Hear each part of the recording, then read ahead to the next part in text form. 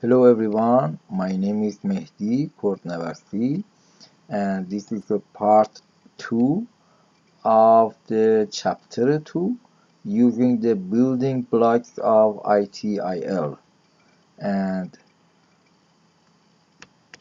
in this movie I am going to talk about the assets. The previous section considers how you look at the value a service provides from the point of view the customer. Now look at it from the IT service provider's point of view and ask the question, how on earth am I, the IT service provider, going to achieve this? The answer is relatively simple. Make sure you have the right service. However, the service is only as good as its component parts. So now is the time to delve a little deeper and look in more detail at what an IT service is made of.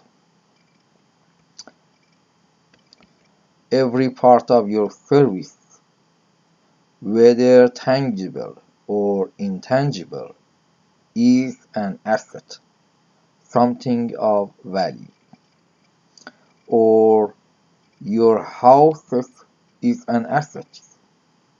Your health is an asset. Your intelligence is an asset. All these things have value. ITIL definition defines an asset as any resource or capability. The assets of a service provider include anything that may contribute to delivery of a service. Assets can be management, organization, process, knowledge, people, information, applications, infrastructures, and financial capital. All of these are the assets. In the wonderful world of ITIL, assets are sorted into two types: resources and capabilities. Let's start with the resources. You know what a resource is, don't you? The stuff they dig out of the ground: water, gas, oil, minerals, and metals. But often it doesn't come out of the ground in a usable form. Oil must be refined, and metals are extracted from the ore. ITIL definition: resource is a generic term that includes IT infrastructure, people, money, or anything else that may help to deliver an IT service.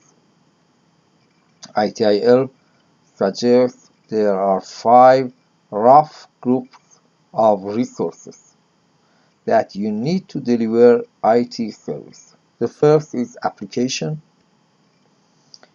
infrastructure, financial capital, information, and the most valuable is people. These are the component parts that make up the service. Resources are the raw material, the inputs into your IT factory. But to be able to use them usefully, something more has to happen. We say capabilities. In ITIL, capability is the ability of an organization, person, process, application, component, or IT service to carry out an activity. Capabilities are intangible assets of an organization.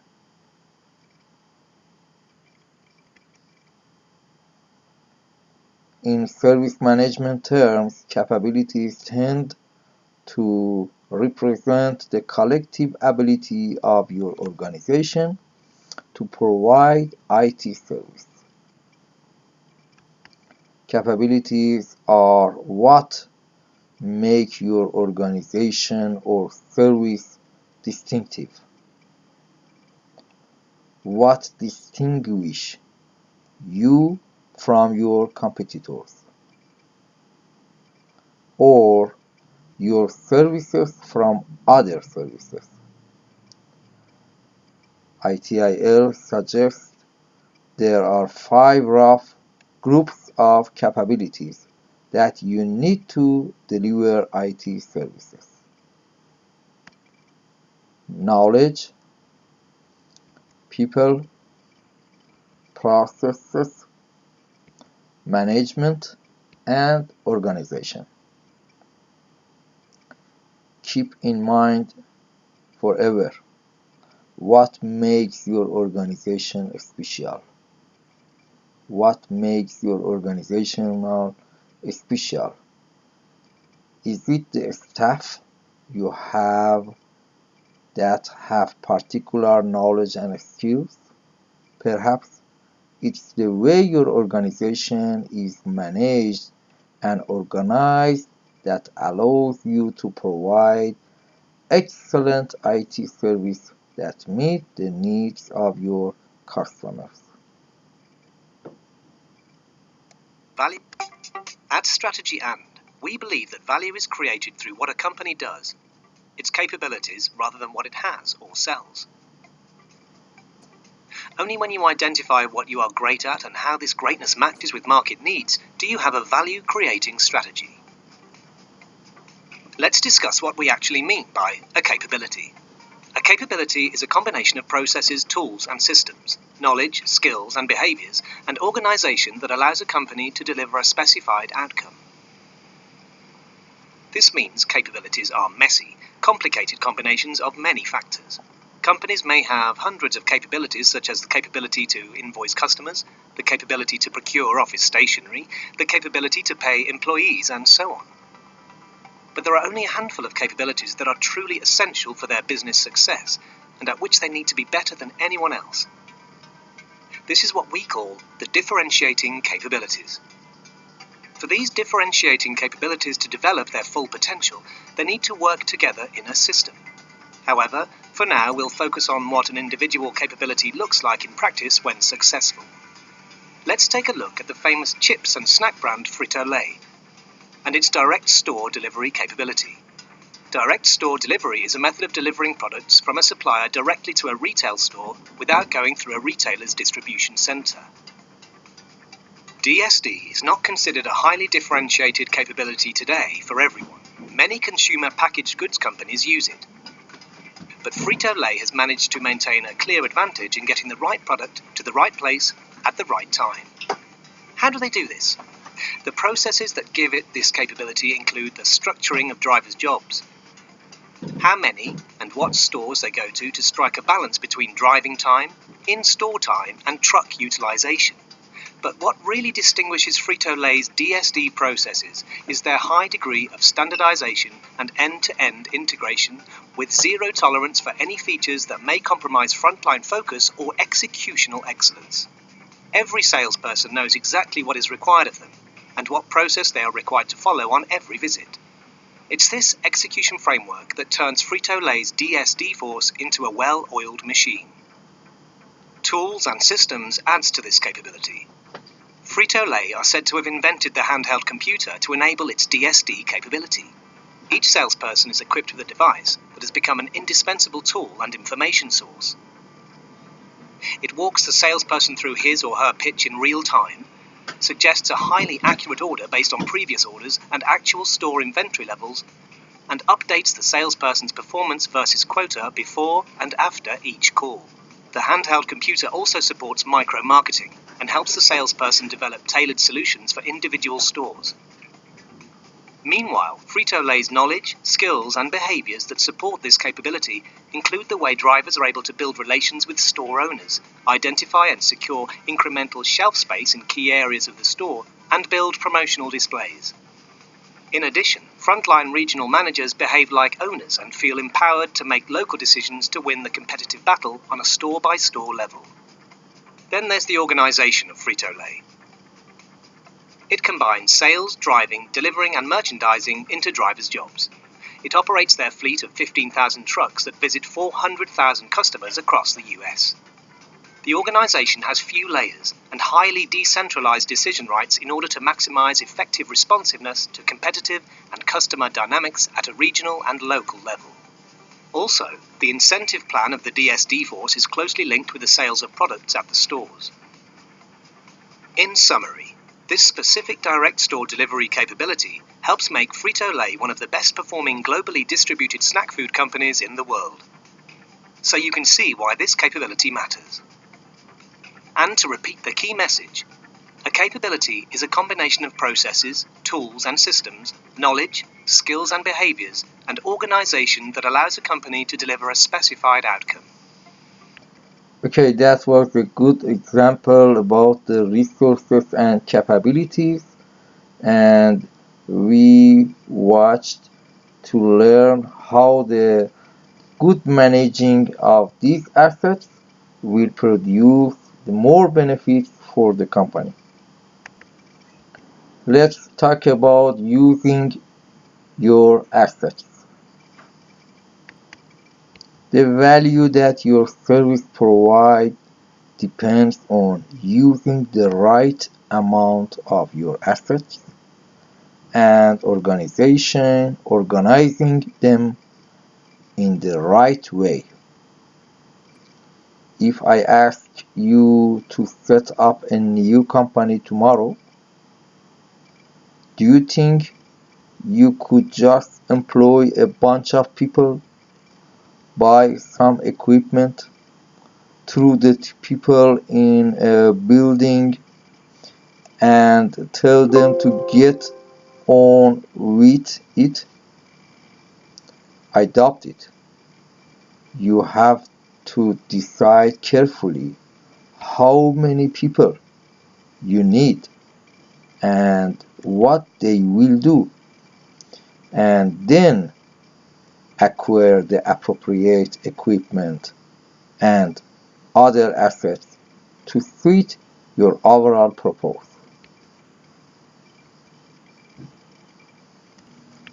So just having the asset is not the result, but using properly and managing and organizing them is most important.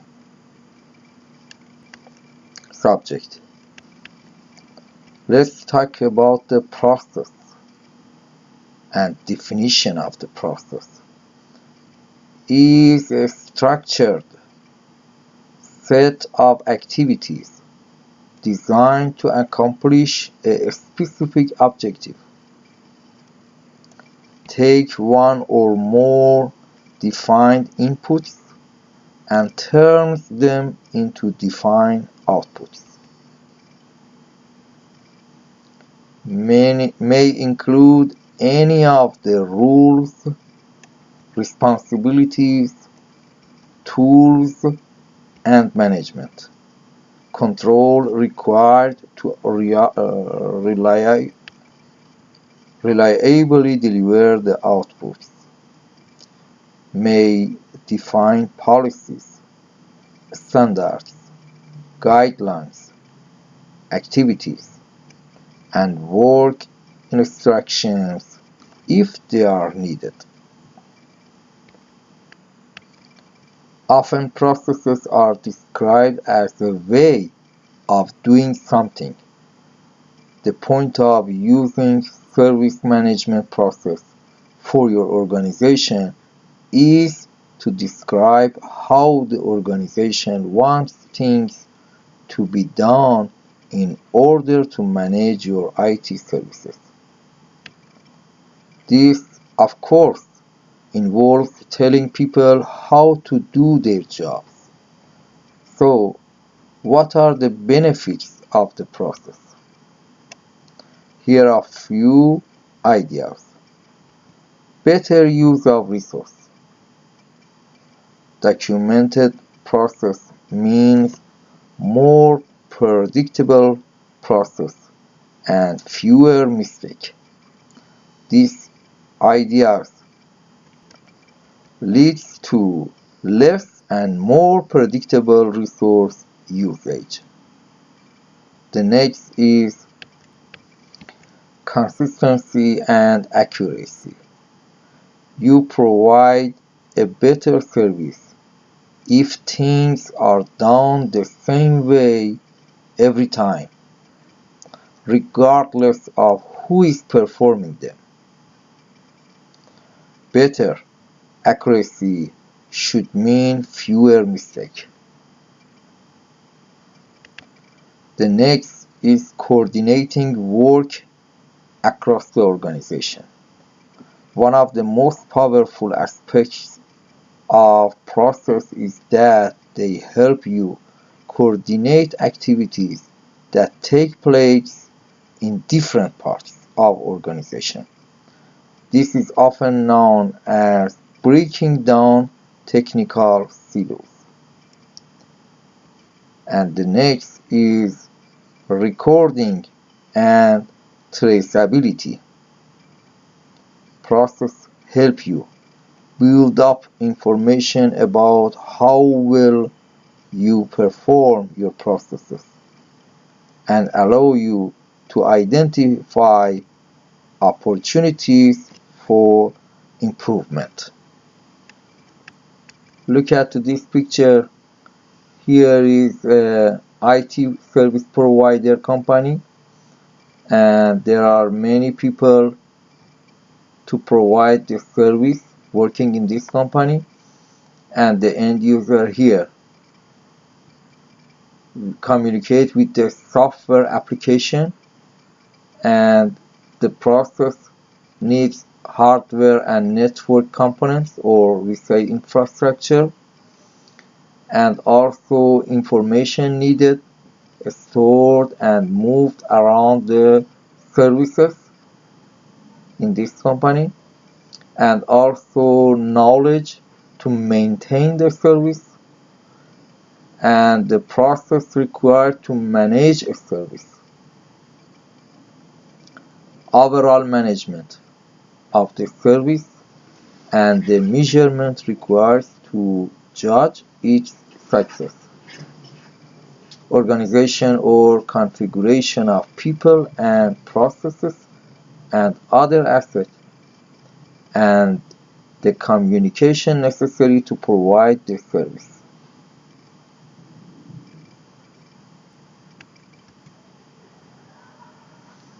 Let's talk about the function and rules. What is a function? In ITIL terms, a function is a team or group of people and the tools they use to carry out one or more processes or activities. For example, the service desk.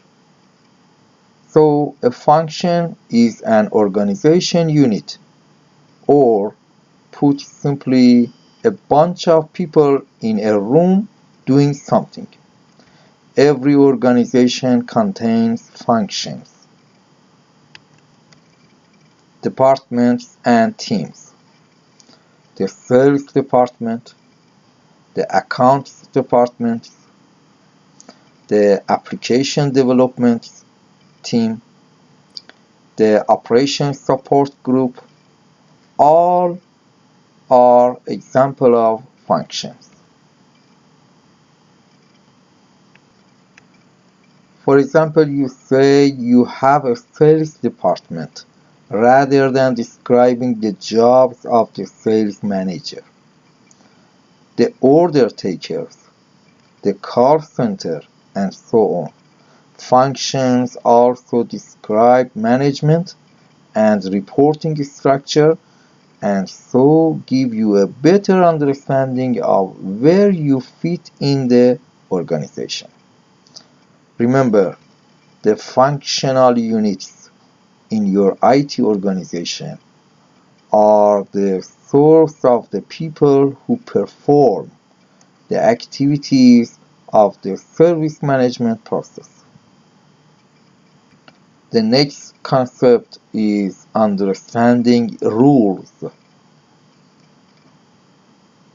The previous section explained process and functions. Rules link these together. A rule is a set of responsibilities, activities, and authorities granted to a person or team. A rule is defined in a process. One person or team may have multiple rules. For example, one person may carry out the rules of both configuration manager and change manager. Configuration manager and change manager. And similarly, a single rule may be performed by many people.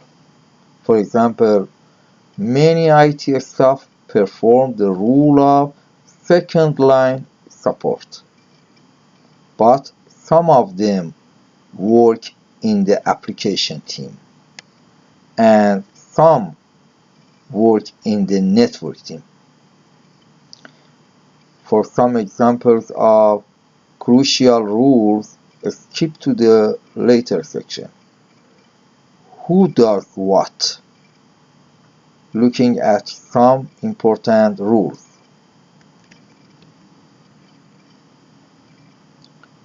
The service owner. The service owner owns a service. The service owner is usually someone in the IT provider organization, and the rule provides a point of contact for a given service. The service owner doesn't necessarily know everything about the service, but he does know a man or woman who does. Here are some responsibilities of the service owner role. The first is participates in internal service review meetings. Represent the service across the organization.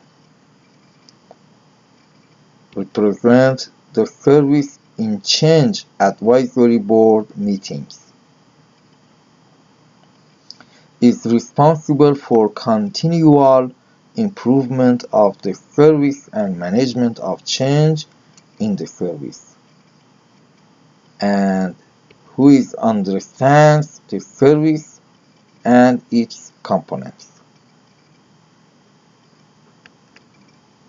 Here is a good picture. You can see some process, event management, incident management, request fulfillment, problem management, and access management. And here is a functions: service desk, IT operation management, technical management, and application management. And all of these functions are under the IT department, and many people working, and they group in some functionality. For example, these two persons for the service desk, but they have more than one rule. For example, here, incident management and request fulfillment. Both of those those rules is related to the function of service desk, or another two-person rules is different: event management and access management. The functionality is IT operations management. The next concept is the process owner. The process owner owns a process. This rule is accountable for the process. For example, if the incident management process doesn't achieve its aim of restoring the service to the user, the process owner gets shooted at. The process owner is accountable for the process and is responsible for identifying improvements to ensure that the process continues to be effective and efficient. Here are a few responsibilities of the rule. The first, ensuring that the process is performed in accordance with the agreed and documented process. The next, documenting and publicizing the process. And the next, defining and reviewing the measurement of the process using metrics such as key performance indicators or KPIs.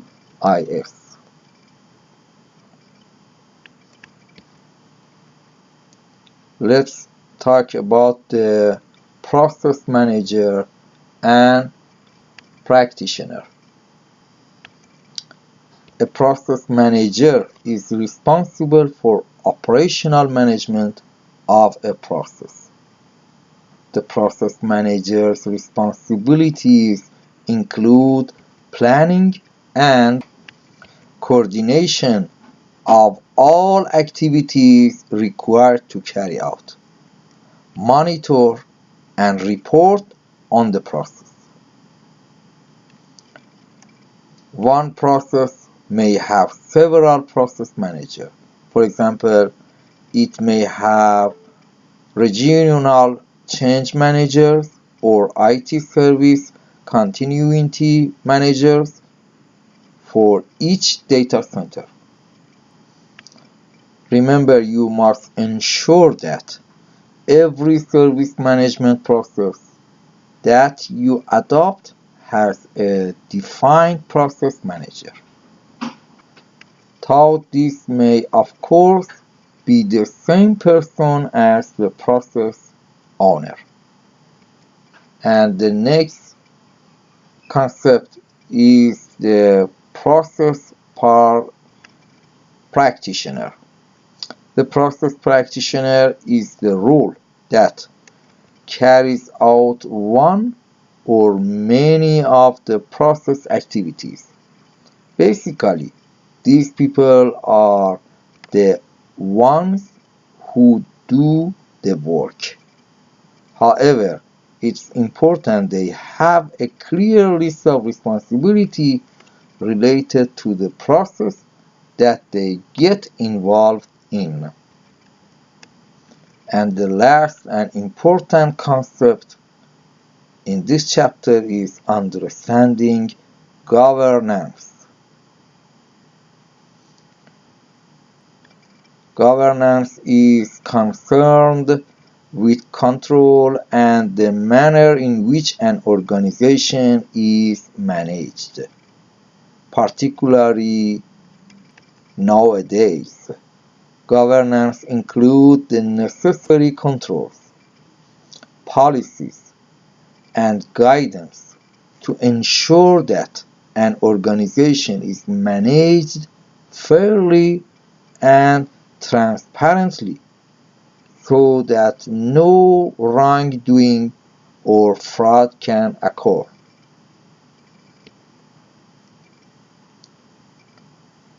The ITIL definition of governance is ensuring that policies and strategy are actually implemented and that required processes are correctly followed. Governance includes defining rules and responsibilities, measuring and reporting, and taking actions to resolve any issues identified. So, the controls we want to see in place are policies and processes aligned with clear definitions of the rules associated with the process and the procedures detailing how the processes should be performed. And of course, a mechanism to ensure that the policies, processes, and procedures are adhered to. These controls can be driven by both internal and external influences. Internally, the board of directors may lay down guidance for how it wants the organization to be run. And externally, many organizations find themselves required to conform to legislation and regulation by industry. Specific bodies such as the Financial Service Authority, for example, in the UK Finance Industry Body.